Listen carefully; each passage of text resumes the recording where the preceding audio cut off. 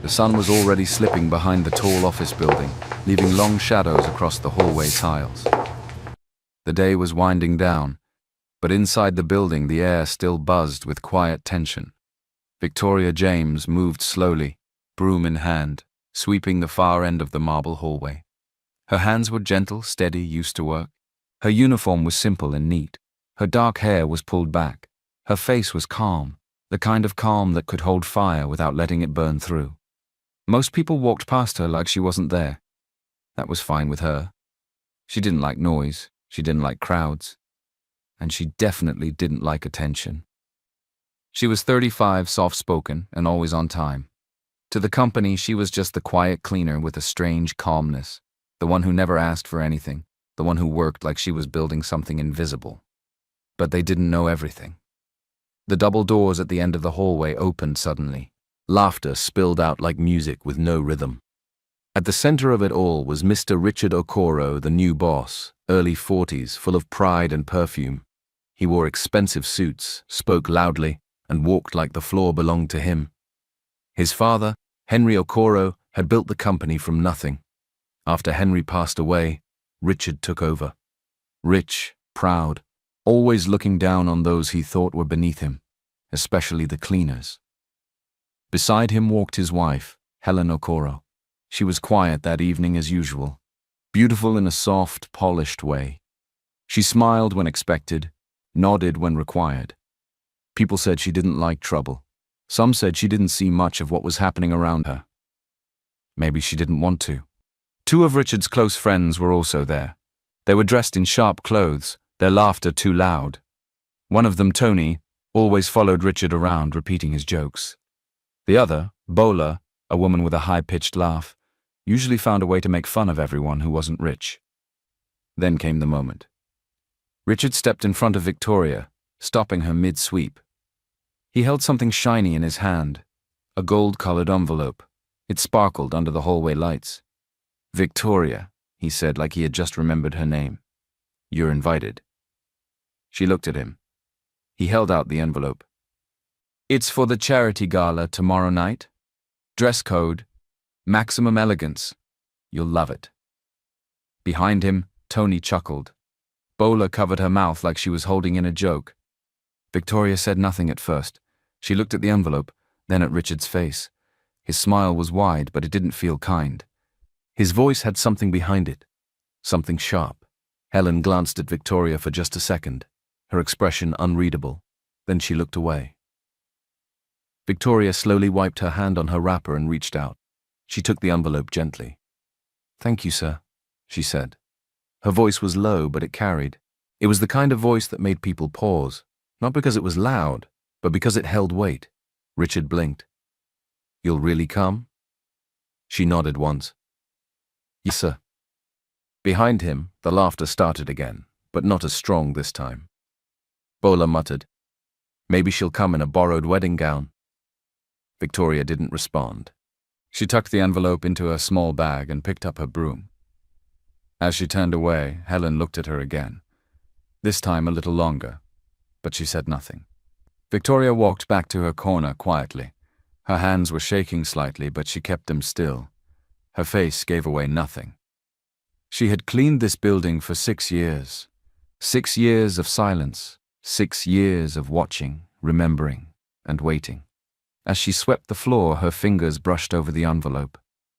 This was not just a joke to her. This was a door. And even though they thought they were laughing, they had just opened it. She whispered under her breath, a line she had learned from her mother. "Some people open the door to their own fall with their own hand." And she kept sweeping.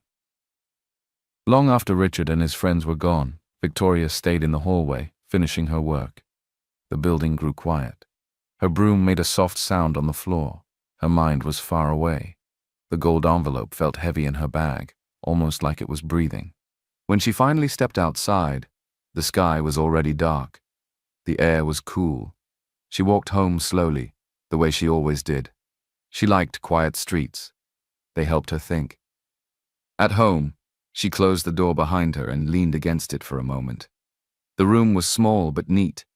Her mother had taught her to keep things tidy no matter how little she had. She took off her shoes and sat on the edge of her bed. After a long breath, she reached under the bed and pulled out an old wooden box. The box had belonged to her mother, Isabel.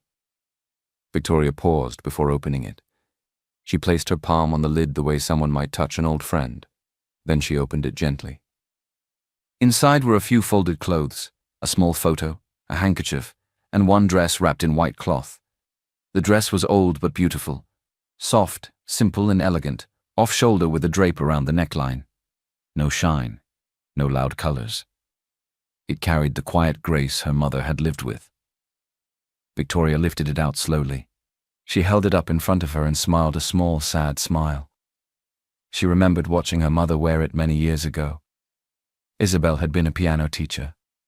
She wore the dress only for special performances. Victoria could still remember the sound of her mother's voice saying, "Clothes do not make you important. Your heart does that part." Victoria brushed her hand across the fabric. Inside the box, next to the dress, lay a small ring, silver, old. The crest on it was tiny but clear. A simple blue stone sat in the center. Her mother had given it to her when she was 16 and told her, "When the time comes, people will understand who you are." Victoria picked up the ring and held it tightly in her fist. Her eyes closed for a moment. She felt her mother's memory like warm hands on her back. She turned to the small mirror on the wall. She placed the dress against her body and imagined herself walking into the gala, not as a joke, not as a cleaner, as herself, as the daughter of a woman who had loved softly but lived boldly. A soft breath escaped her lips. She whispered, "Tonight the silence ends." She folded the dress carefully and placed it on her bed. The ring stayed in her hand a little longer. Then she slipped it onto her finger. The fit was perfect. It always had been. Victoria sat down and closed the wooden box. Her heart was steady. She felt a quiet strength rising in her chest, like a flame learning how to stand. Tomorrow would come, and she would be ready. The dress fit perfectly, not tight, not loose, just enough to move freely and still feel strong. Victoria stood in front of the mirror, her eyes steady. She wore small silver earrings and tied her hair back in a soft bun. No makeup, just her face, clear and calm. The ring with the blue stone rested on her finger like it belonged there. Outside, a car waited. It wasn't fancy, just one she had borrowed from a kind neighbor who didn't ask questions. She sat in the back seat quietly, her hands folded in her lap. The drive to the gala felt slow and fast at the same time. Her heart beat steady. She had already cried all the tears she needed over the years. Now there was only focus. When they reached the entrance of the event hall, the place was glowing. Lights everywhere. Expensive cars lined the front. People in gowns and suits walked up the red carpet, laughing and taking photos. As Victoria stepped out of the car, the wind caught the edge of her dress and lifted it gently. She walked forward slowly, calmly, her eyes on the door ahead. Every step was sure. Every step was quiet power. Then the whispers started. "Wait, is that... She looks familiar. Is that the cleaner from the office? Look at her." Phones started to come out. Flashbulbs popped, heads turned. Some faces frowned in confusion, others widened in surprise. One man's wineglass almost slipped from his hand. Inside the hall, Richard was standing near the center, holding a glass of champagne. His friends were around him, smiling and talking until one of them tapped his shoulder and pointed. Richard turned. His smile froze for half a second. Victoria was walking in slowly, not smiling, not angry, just calm. Her dress moved softly as she stepped across the floor. The lights touched the silver thread in the fabric. The ring on her finger caught the light too. People turned fully now. Some stared with open mouths. A few stepped back to make space. Others leaned closer to whisper things they didn't even understand. Richard's face tightened for a moment. Then he smirked. He raised his glass and spoke loud enough for everyone to hear. "Ladies and gentlemen, a surprise guest," he said. "Let's welcome our dear cleaner Victoria." Laughter broke out in some corners of the room. Not all, just a few places. But Victoria didn't flinch. She didn't laugh. She didn't cry. She didn't hide. She just stood there, tall and still, looking at Richard like she could see through him. Someone near her muttered, "She looks like someone important." Another whispered, "She doesn't even look nervous." Victoria looked around the room slowly, then met Richard's eyes. "Thank you for the invitation," she said softly. "I came." There was no anger in her voice, just calm. People started looking at her differently now.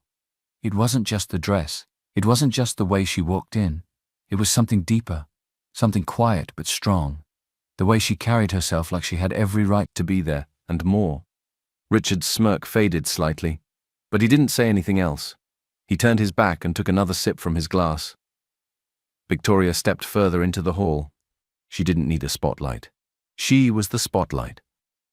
And the room had already begun to shift. She did not walk fast. She did not walk slow. She simply walked like she had nowhere to prove herself, but every right to be there. Her head was up, her back straight. She passed one group of women dressed in glitter and perfume. Their heels clicked on the tiles as they turned to face her.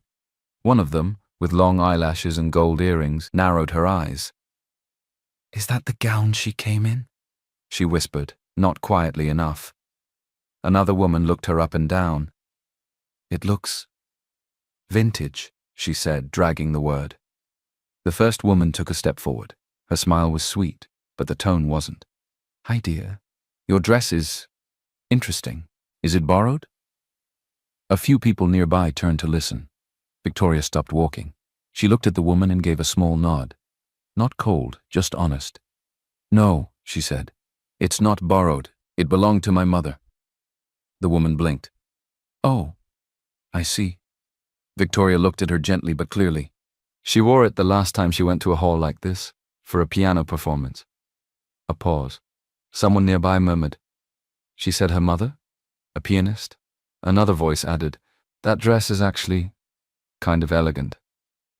The woman in gold earrings stepped back a little, unsure what to say next. She opened her mouth, then closed it. Victoria gave a soft smile, then turned and walked on. More eyes followed her now, but the tone had changed. People weren't just staring. They were watching, studying. Whispers moved through the hall like slow smoke. "She's not acting like she's afraid. Did you see the ring on her finger? She doesn't look like a cleaner anymore. She looks like someone." Even the ones who had laughed earlier were now quiet, holding their drinks tighter, unsure where to look. At the far end of the hall, Richard stood near the stage. He had noticed the shift. His jaw tightened slightly, but his smile stayed fixed. He turned to one of his friends and muttered something under his breath. Victoria saw it. She saw everything. But she didn't react. She just kept walking. She passed the food tables.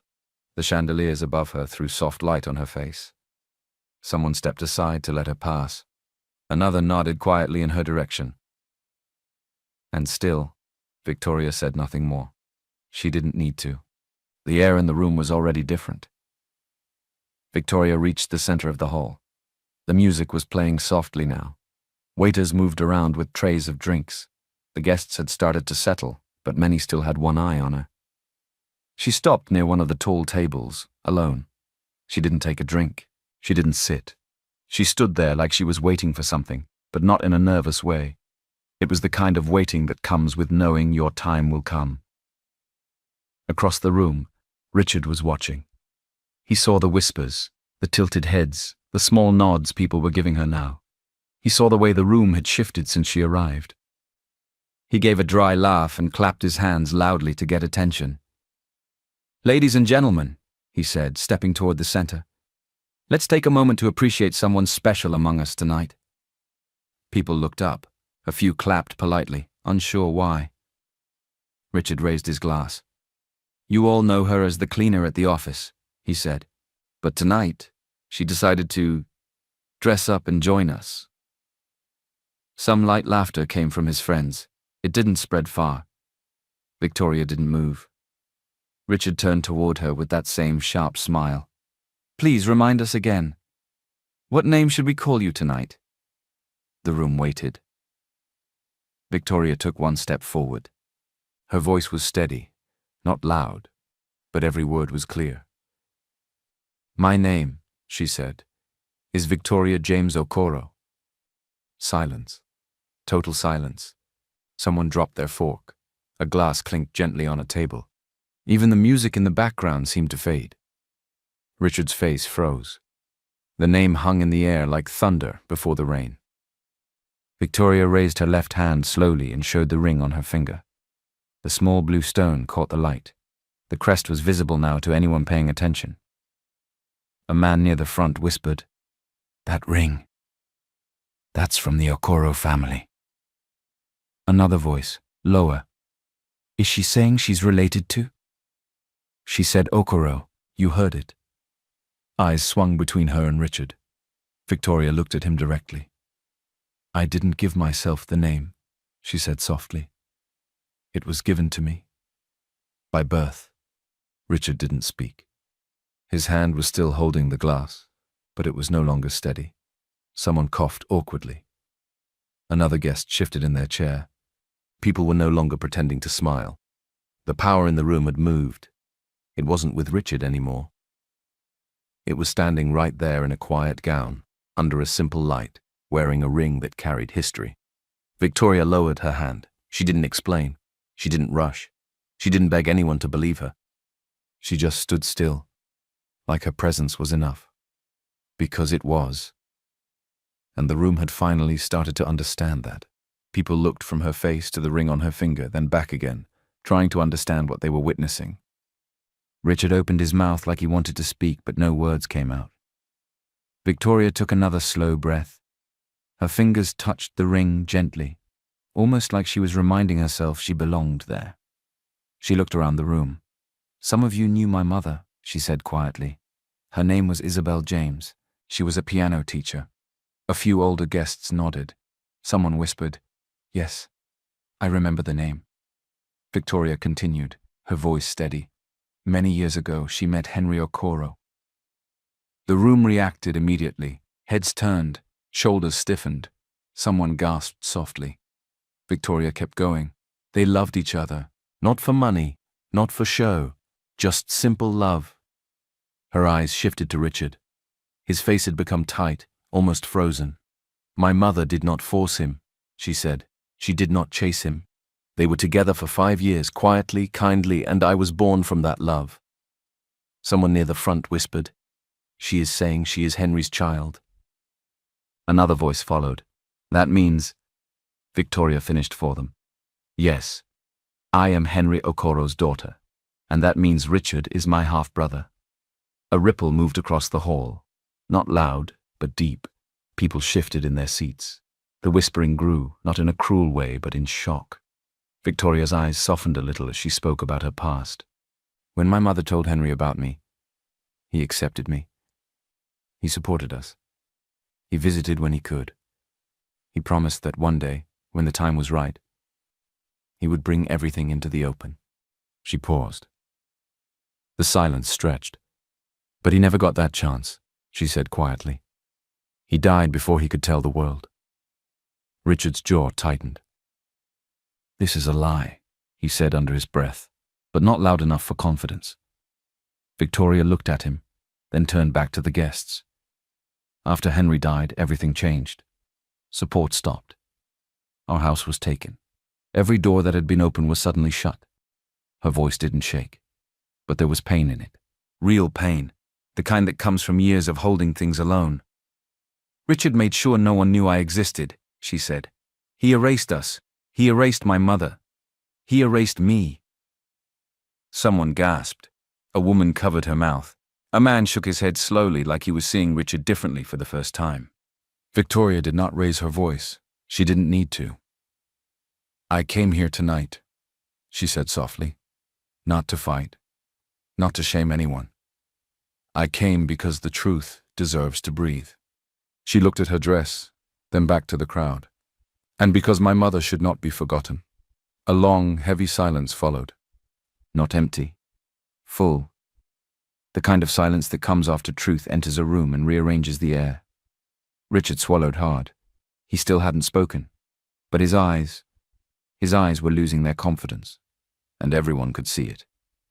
Then he gave a short, dry laugh. He shook his head and stepped forward. "This is nonsense," he said. His voice was louder now, more defensive. "This woman is just trying to belong. Look at her. Cleaner yesterday. Now suddenly calling herself my sister?" Some of the guests looked down. Others watched him carefully. "She made this up," Richard continued. "The ring, the dress, the story. Who knows what else she stole?" Victoria stood still, her eyes on him. She didn't look angry, just sure. "I didn't come to steal anything," she said softly. "And I didn't come empty-handed." Richard raised an eyebrow. "Oh, really?" She turned slightly and lifted one hand. At that moment, the double doors at the back of the hall opened. 3 people walked in together, each calm, dressed simply but sharply. Heads turned.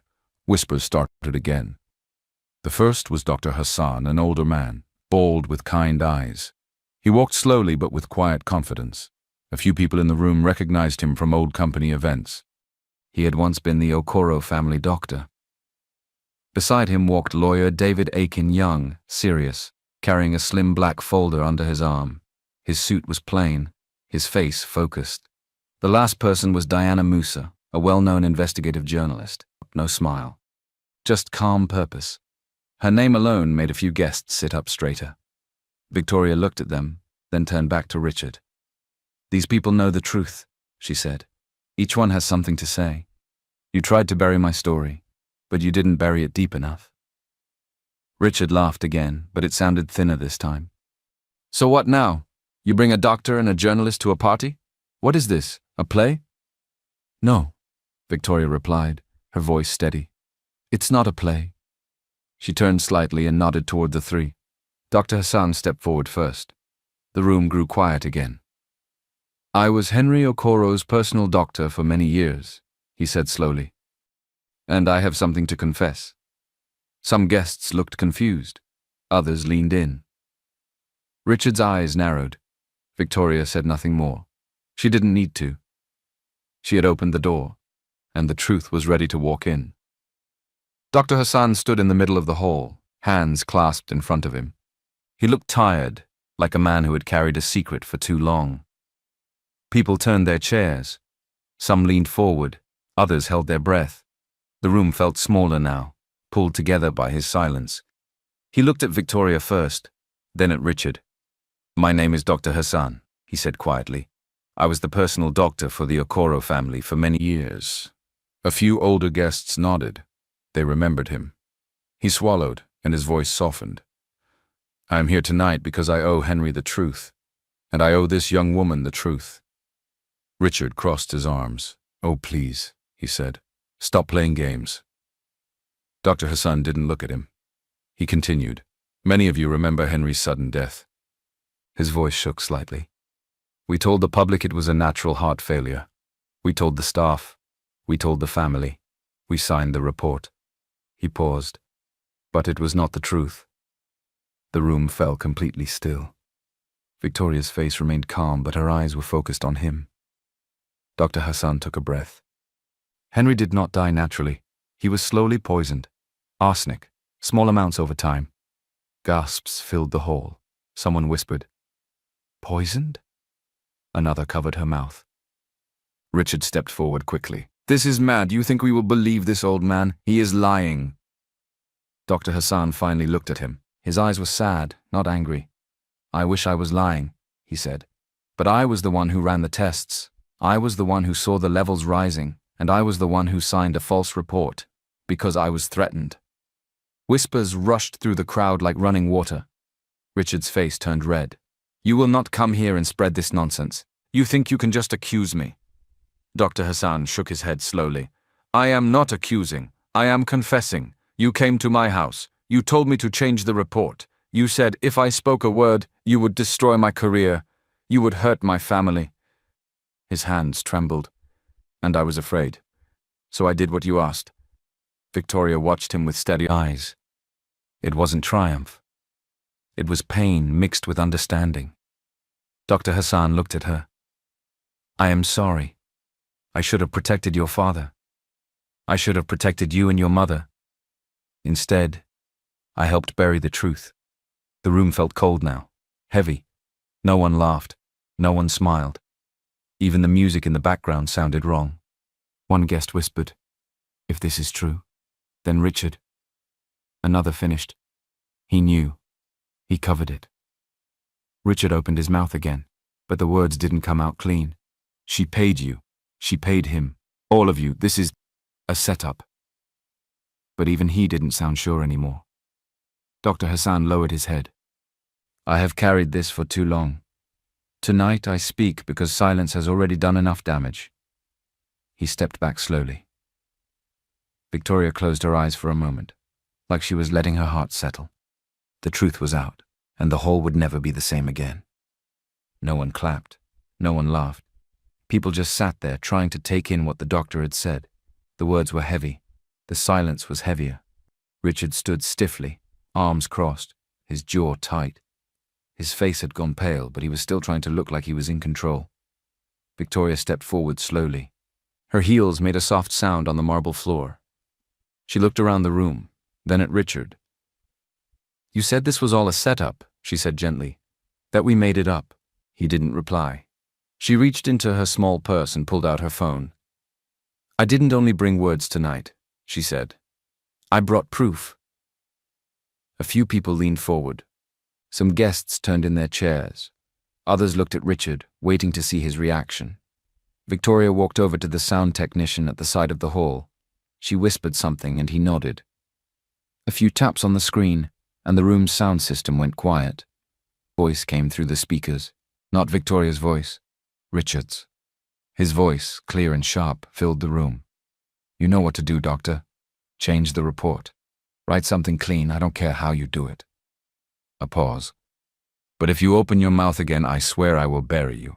Think about your license. Think about your family." The words echoed, slow, cold, real. A loud gasp came from the center of the hall. Someone muttered, "My God." Another voice said, "That's him. That's his voice." All eyes turned to Richard. Didn't move. Helen, standing not far from him, looked stunned. Her mouth parted slightly. Her eyes were locked on her husband. She shook her head once, barely breathing.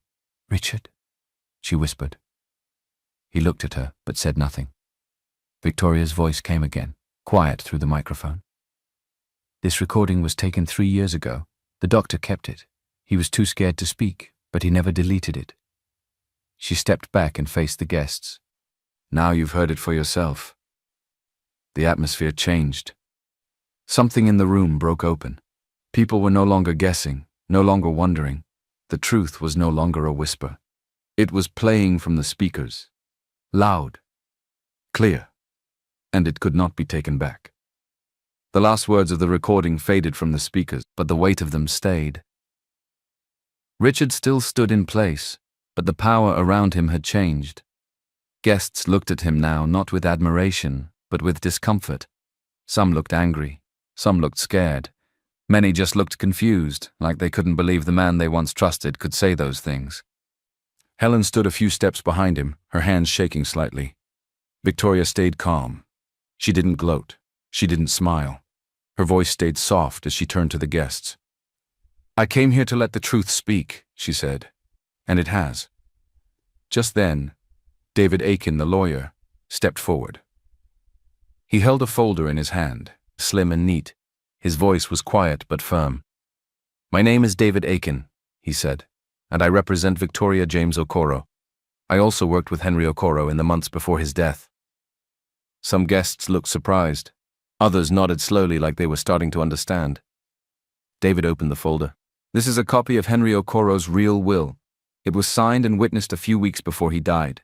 In this will, Henry named both of his children, Richard Okoro and Victoria James Okoro, as rightful heirs to his company, assets, and estate." He held up a paper. After his sudden death, this will was hidden. A different one was filed, one that removed Victoria completely. Gasps filled the room again. David's voice stayed steady. "But under Nigerian law, if there is evidence of murder, and if the original will can be verified, the true will can be restored, and justice can begin." He looked at Richard.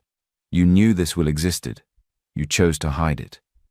Richard stepped forward now, trying to smile, but it didn't reach his eyes. "Okay," he said. "Fine. Maybe we made mistakes, but this doesn't have to be a fight.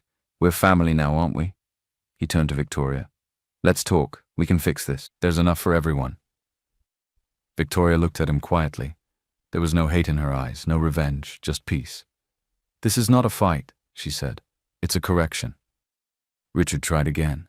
"We don't have to ruin the company. Let's sit down. I can make space for you. We can rework things." Victoria didn't move. "I'm not here to take your space," she said. "I'm here to take mine." She stepped closer to the center of the hall. "I didn't come to destroy anything. I came to repair what was broken, what you buried." Then her voice dropped slightly, firm and final. "This is not revenge. This is justice." And just like that, it was clear. She wasn't backing down. And no one could stop what was already unfolding. The room was silent. Victoria stepped back beside lawyer David. She didn't look at Richard again. She didn't need to. Another figure stepped forward now, Diana Musa, the journalist. She held a small flash drive in one hand, her face calm, her tone clear. "Good evening," she said. "I have been investigating the Okoro company for the last 2 years. What I found is difficult, but necessary." She turned toward the projector screen already standing at the front of the hall. The sound team connected her file, and within seconds, a series of documents appeared on the screen. The room dimmed slightly. "This," Diana said, pointing at the first file, "is a money transfer, large payment, sent to Dr. Hassan 2 weeks after Henry's death." She clicked. Next slide. "This note was attached to the transfer. Silence is golden." Whispers began again. Diana clicked to the next slide. "These are internal records from the Okoro Foundation," she said. "Money meant for charity, school fees for children, hospital bills for widows, redirected to private accounts." She clicked again. "Here, company funds were moved quietly to offshore banks. No tax records, no board approval." More documents followed. Bribes, secret payments, fake invoices. And then, "This email," Diana said, "shows a threat made to a government official who refused to sign a shady land deal." She paused. "These are not just mistakes," she said. "This is a system built to steal, and it has a name at the top." All eyes turned to Richard. His face was pale. He didn't speak. He didn't move. Around him, guests started shifting in their seats. Some stood up. One man, an older board member, shook his head slowly and walked out of the hall without a word. Another guest dropped their drink and left without saying goodbye. The people who had laughed earlier now looked uncomfortable. A few stepped away from Richard, like standing near him might stain their clothes. Helen stood still, hands clutched together. Her eyes were wide, but not angry, just broken. She looked at the screen, then at her husband, then back at the screen. When she spoke, it was only a whisper. "You told me it was for the family." Her voice cracked. "I thought you were building something good." Tears slipped down her face. She didn't wipe them. She didn't hide them. "I didn't know," she whispered again. Richard turned toward her, but she stepped back. She didn't yell. She didn't scream. She just cried. And Richard finally had no more words. He stood there alone now, surrounded by space where people used to stand. The power that had once followed him like a shadow was gone. Only the truth remained, and it stood far taller than him. The hall stayed heavy with silence. Nobody moved. The projector screen went black. Only the sound of slow breathing and soft footsteps remained. Richard stood still in the middle of it all. No one stood beside him now. Helen looked at him, tears on her cheeks, hands still held tightly together. She looked tired, like something inside her had cracked open. Then her phone buzzed. She glanced down and saw the name on the screen. It was their son.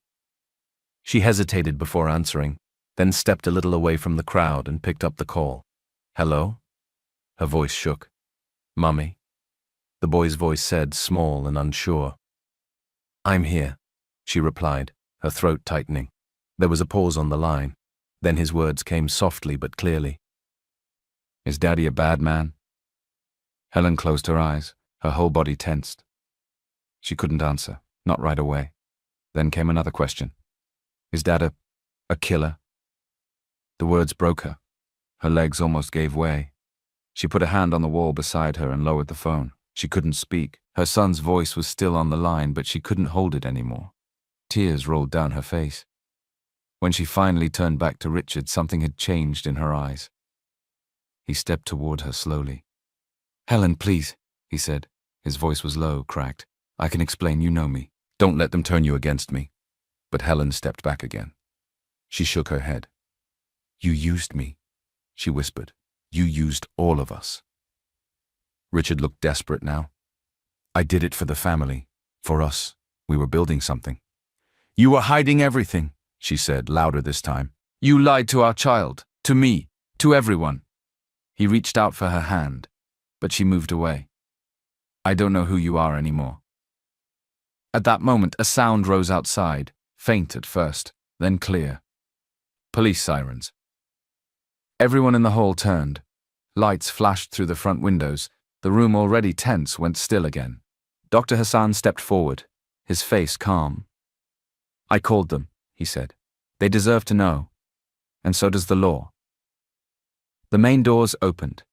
2 officers walked in, firm, quiet, professional. They approached Richard directly. "Mr. Richard Okoro," one of them said. "You are under arrest for obstruction of justice, financial fraud, and suspected involvement in the death of Henry Okoro." Richard didn't speak. They read him his rights. Then they placed handcuffs on his wrists. Helen watched it happen, eyes wide but dry now. She didn't cry anymore. She had no more tears left in her. The guests stood in silence as the man who once ruled the room was led away. Step by step, past the chairs, past the food tables, past the lights and cameras, past Victoria. She didn't look at him with hate. She simply stepped aside and let him pass. The hall was still. The only sound now was the slow echo of the officers' footsteps as they led Richard out. The man who had once controlled the room, the man who threw power around like it was his birthright, was now in handcuffs. His head was down, his suit was wrinkled, his pride gone. And the same party he had planned to use to shame Victoria had become the stage for his own downfall. Victoria stood near the center of the hall. She didn't move. She didn't cry. She didn't smile. She just stood there, still, strong.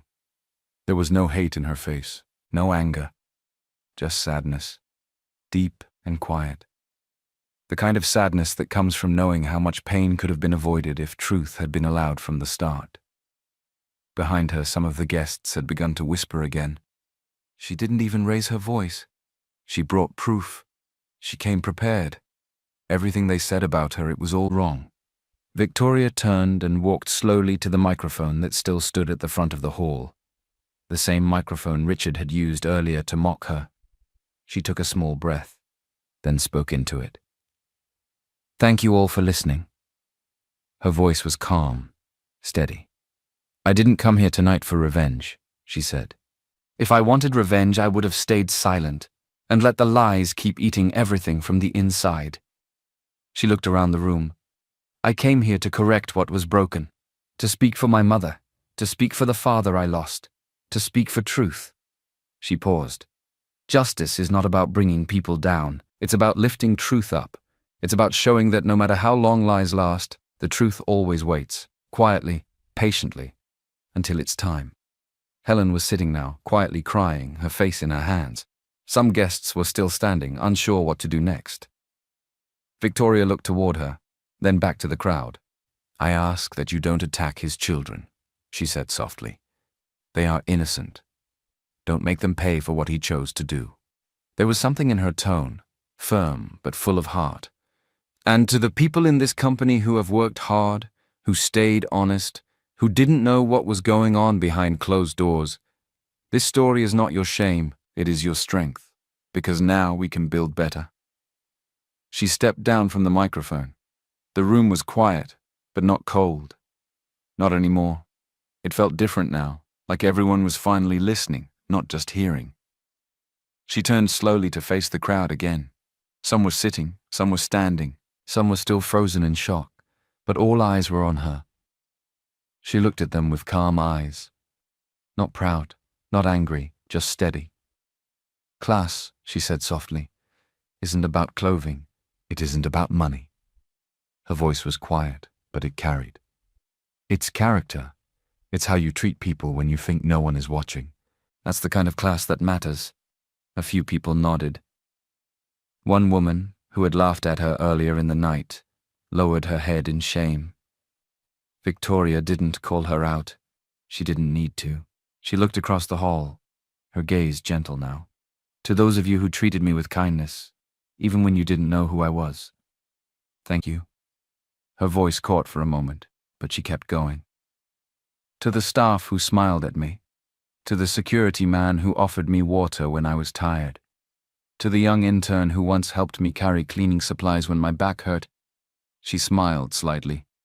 You were never small people. You were the ones who showed me what quiet goodness looks like. She let the moment settle, then looked to the back of the room. I don't want anyone to be punished for simply not knowing the truth, she said. Some of you were misled. Some of you were just trying to survive. Then she took a breath, deep and calm. But now you know, and what you do with that truth is your choice. She turned to Helen, who was still seated. Their eyes met for a second. Victoria gave her a small nod. I know you didn't know, she said, and I don't blame you. Helen looked away, wiping her face with a tissue. Then Victoria stepped back. She looked down at the floor, the same marble she had swept for years, and she smiled quietly, not because she had won, but because she had survived. She turned without another word and walked out of the hall. Her steps were slow, strong. Not once did she look back. She didn't have to, because now the story was no longer behind her. It was hers to carry forward. She didn't need to stay. She had already said everything with her truth, her calm, and her walk. It had been 6 months. The office building looked the same on the outside. Same tall glass windows, same smooth floors, same logo by the front doors. But inside everything had changed. Victoria sat at the CEO's desk, the same office Richard once ruled from, the same room where power used to feel heavy and cold. Now, it felt calm, warm, human. The walls had been repainted. The heavy gold curtains were gone. On the shelves were no longer awards and wine bottles, but photos of staff, at events, laughing during lunch breaks, holding hands during training. One wall held a picture of Henry Okoro, smiling beside a piano. Next to it was Isabel, Victoria's mother, standing beside her students in a music class. And at the center of the desk, in a simple black frame, was a photo of Victoria holding the hands of 2 women from the cleaning staff, smiling with her whole heart. The door opened gently.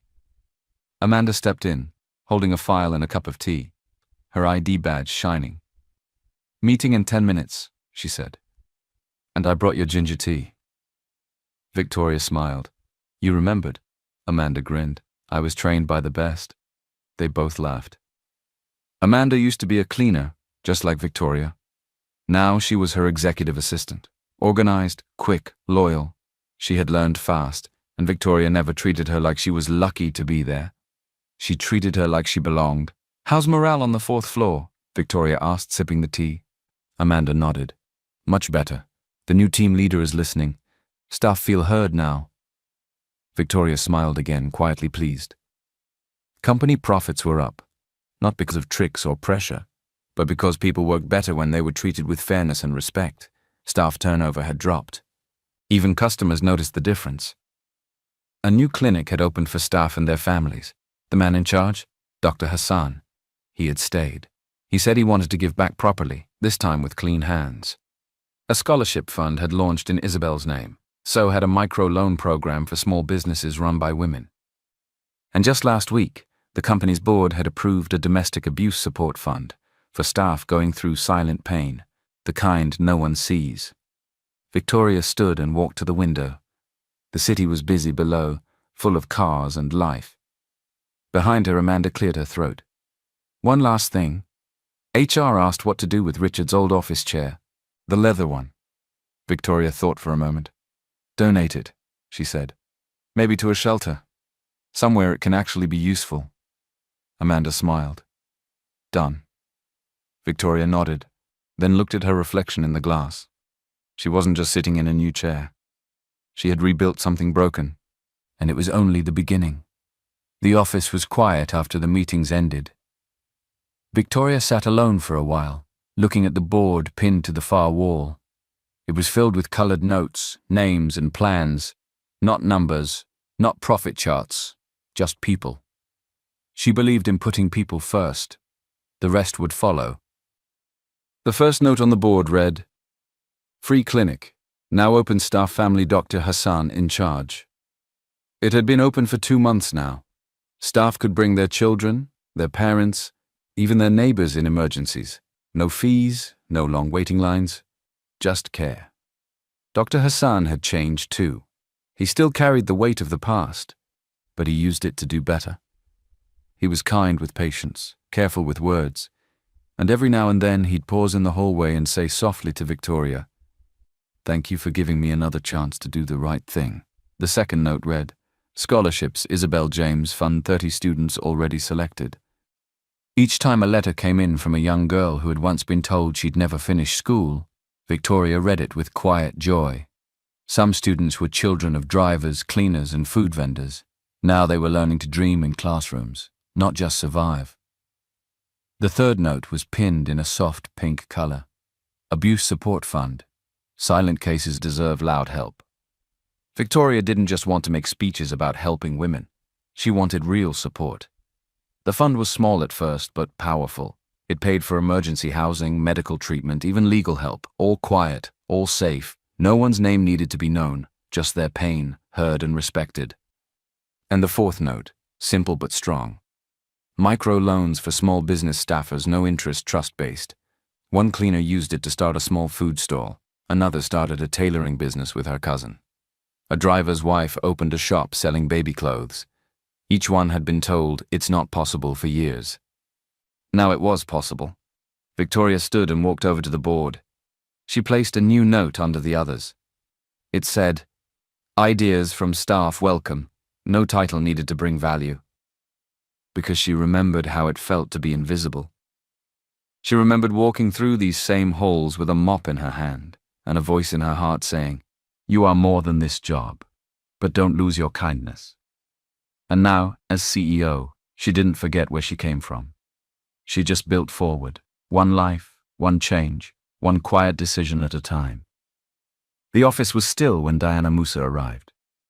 She didn't bring a camera crew, just a small voice recorder, a notebook, and her usual calm presence. She had sent the request weeks ago, not sure Victoria would say yes. But she had.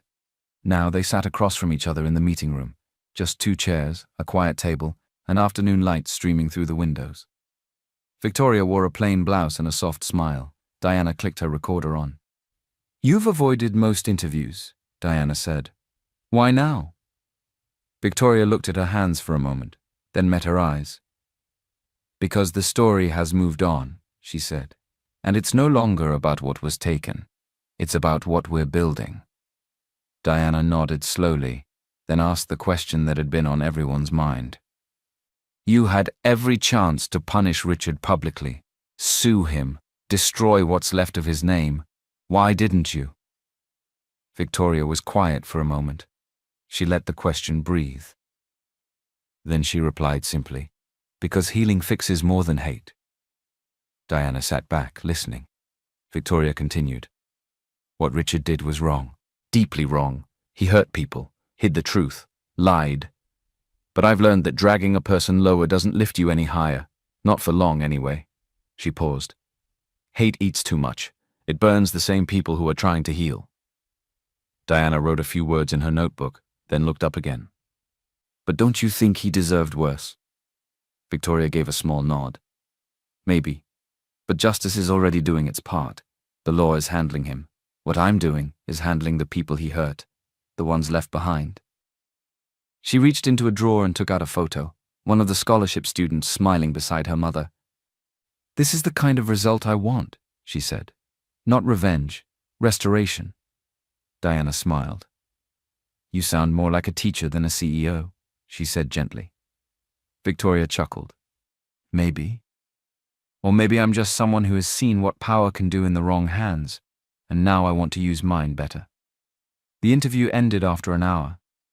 As Diana stood to leave, she asked one last question. If you could speak to your younger self, the cleaner version of you, what would you say? Victoria didn't even need to think. I'd tell her, don't rush, don't fight dirty, just keep walking. Your moment will come, and it'll be bigger than you ever imagined. And with that, the recorder clicked off. The strongest power isn't in bringing others down. It's in lifting what's been broken, with clean hands and a steady heart. The day had been long, but good. Victoria was at her desk again. The sun outside was low. Papers were stacked neatly in front of her, but her mind wasn't on work. Her eyes kept drifting to the edge of her desk, where a plain brown envelope sat. No name on the front, just her address, written by hand. She had received it 2 days ago. It came from the prison. From Richard. She hadn't opened it at first, just looked at it, thought about it, left it untouched on the shelf. But today, something in her told her it was time. She reached for the envelope, opened it slowly, and pulled out the letter. The handwriting was still the same, sharp, fast, a little messy. She began to read. Victoria, I don't expect you to forgive me. I know I lost the right to ask for anything from you, but I'm writing this because I have nothing left to hide. I've been sitting here day after day thinking about what I did, what I destroyed, who I became. I thought power was everything. I thought money could cover anything. I was wrong. You stood in front of the whole world and didn't scream. You didn't break me with noise. You broke me with truth, quiet truth, the kind that doesn't shout but stays. I hurt you. I hurt your mother. I erased both of you like you didn't matter. And yet you didn't erase me. You could have, but you didn't.